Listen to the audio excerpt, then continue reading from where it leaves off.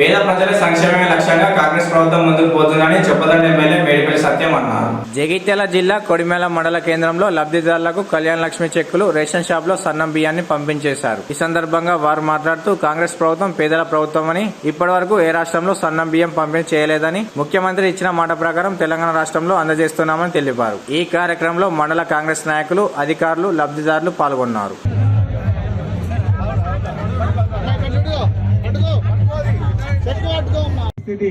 ప్రభుత్వం ఆలోచించి సన్నబియ్య పథకాన్ని ప్రారంభించింది.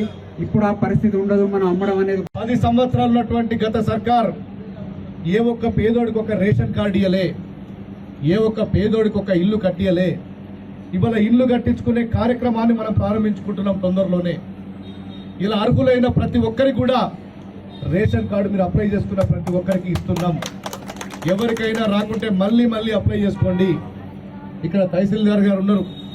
ఇది నిరంతర ప్రక్రియ. మీరు ఎప్పుడు అప్లై చేసుకున్నా రేషన్ కార్డు అనేది నిరంతర ప్రక్రియ. గతంలో లేకుండా నాకు తెలిసినంత పరిస్థితి 10 సంవత్సరాల్లో ఒక ఏళ్ల మీద లెక్క పెట్టచ్చు, రేషన్ కార్డు లెక్క పెట్టాడు. ఈ చొప్పదండి నియోజకవర్గాన్ని ఈ రాష్ట్రంలోనే ఒక నంబర్ 1 ఒక ఆదర్శవంతమైన నియోజకవర్గంగా తీర్చిదిద్దించే బాధ్యత నాకు.